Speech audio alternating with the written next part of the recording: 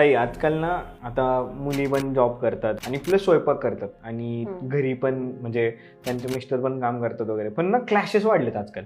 डिवोर्सचं प्रमाण वाढले कारण की मी काम करून येते तर मग मी का स्वयंपाक करू, हे एवढे क्लॅशेस ऍडजस्टमेंटमुळे होत नाहीये किंवा काय मला समजत नाही. पण असं कंटिन्यू पेपरमध्ये किंवा सोशल मीडिया वाचायला मिळतं की त्यांच्यात थोडंसं काहीतरी झालं आणि मग लगेच डिवोर्स. हे प्रमाण वाढले. काय म्हणजे तू आता तुझ्या एवढ्या ह्या सगळ्या म्हणजे तू वर्किंग वुमन पण आहे प्लस तू हाऊसवाईफ पण आहे एक चांगली, तर मग काय चुकतं, तुला काय वाटतं काय केलं पाहिजे आणि याच्यावरती?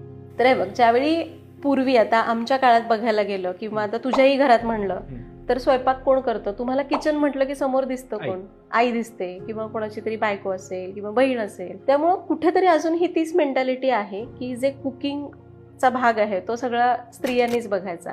आता पूर्वीचा काळ वेगळा होता, एवढ्या फॅसिलिटीज नव्हत्या, त्यामुळे मग स्त्रियांना काही अडचणी असायच्या, त्यामुळे त्या बाहेर पडू शकत नव्हत्या. बरोबर.